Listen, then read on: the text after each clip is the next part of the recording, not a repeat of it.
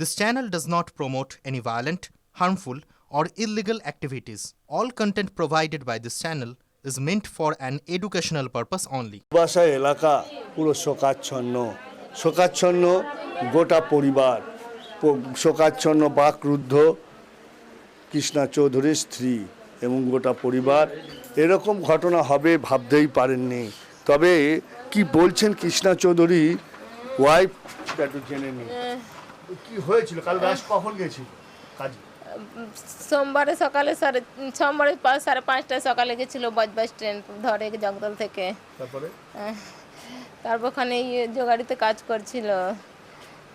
আগে জুট মিলে কাজ করতো আমার বর, 5 মাস ধরে 6 মাস ধরে করছিল, ডিসেম্বর মাস থেকে করছিল ওখানে কাজ। ফেরার কথা কবে ছিল?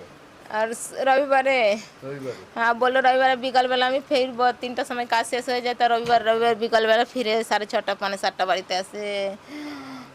আমার বড় কথাও নেই।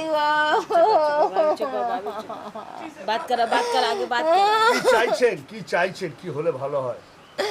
আমার 3টে ছেলে মেয়ে ছোট, এদেরকে জীবন বাঁচাতে হবে কিছু করে। আমার বুড়ো শাশুড়ি ব্রেন স্ট্রোক। আপনার নাম? मेरा नाम सुचिता चौधरी है। আমার বাবাই শুধু আমার ঘরে কাজ করতো। আর আমার ঘর কিরম করে চলবে? আমি একটা মেয়ে, আমার 2টো ভাই। হ্যাঁ পড়াশোনা করি, আমি 11-এ পড়ি। আমি কি করে থাকবো ঘরে? হ্যাঁ চাকরি চাইছি আমি কি করে পালন পোষণ করব আমার ভাইদের, আমার মার, আমার ঠাকুমার? এই যে গাফিলতি আগের সরকারের অর্থাৎ ববি হাকিমের খুব ঘনিষ্ঠ রয়েছে, কি বলবেন? আমার ছেলে মেয়েদের জীবন দেখুন। জানি না ওইটা আমি। এই গাফিলতিটা যে যাদের জন্য হলো এটা, হ্যাঁ কি চান? ইনসাফ চাই, ন্যায় চাই আমাকে। কিরম হলো এটা, কিরম করলো? বিল্ডিং স্ট্রং ছিল না তাই জন্য তো পড়লো। বিল্ডিং স্ট্রং হতো তাহলে পড়তো না তো। এর আগেও দেখা গেছে আগের যে সরকার ছিল মমতা ব্যানার্জি, আগেও দেখা গেছে যে মিলটা তো বন্ধ ছিল। মিলটা যত খুলে থাকতো তাহলে তো আমার বাবা যেত না বাইরে কাজ করতে জন্য। আমি কারো দোষ দেব না, আমি কারো দোষ দেব না দাদা, আমি কারো দোষ দেব না। সরকার তো কাল চেষ্টা করেছে অনেক, কি বলবেন বর্তমান সরকারকে? हम किस्मत के दोस्त, हम किसी को दोष नहीं देंगे, हम किसी को दोष नहीं देंगे। দিদি কি চান এলাকাবাসী হিসাবে এইভাবে যেন আর যাতে না হয়? কালকের থেকে কড়া বার্তা দিয়েছেন মুখ্যমন্ত্রী, যত এরকম ইলিগাল কনস্ট্রাকশন আছে অডিট হবে। এখন আমাদের তো একটাই ইচ্ছা যে এই পরিবারটাকে বাঁচাক। মুখ্যমন্ত্রী যা করেছে এই সরকারের কোনো তুলনা নেই।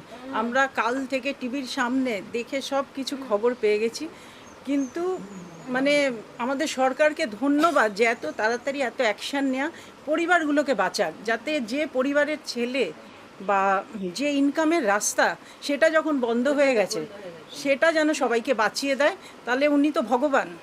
এই পরিবারগুলো যদি বাঁচে, আর আগের সরকার যা করে গেছে কিছু আর আমাদের বলার নেই, তা তো আমরা রোজ দেখতে পাচ্ছি। এর আগে মোমো ক্যাফেতে এরকম হলো যে ভেঙে পড়লো। হ্যাঁ আমি চাই এই যে অন্নপূর্ণা ভাণ্ডার, এই ভাণ্ডার ওই ভাণ্ডার এইসব না দিয়ে এই সব পরিবারগুলোকে বাঁচাক, এদেরকে বাঁচাক। সংসার কীভাবে চলবে সেটাই এখন তাদের কাছে বড় চ্যালেঞ্জ।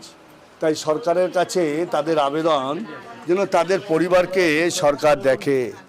গতকাল থেকে মুখ্যমন্ত্রী নিজে যেভাবে তদবির করে পুরো উদ্ধার কাজ এখনও চালিয়ে যাচ্ছেন তার তুলনা নেই, তাই সেটাই জানাচ্ছে কৃষ্ণা চৌধুরীর পরিবার। তবে এই যে ঘটনা যে হয়েছে যাদের জন্য হলো তাদেরও কঠোর শাস্তি দাবি করেছেন পরিবারের পক্ষ থেকে।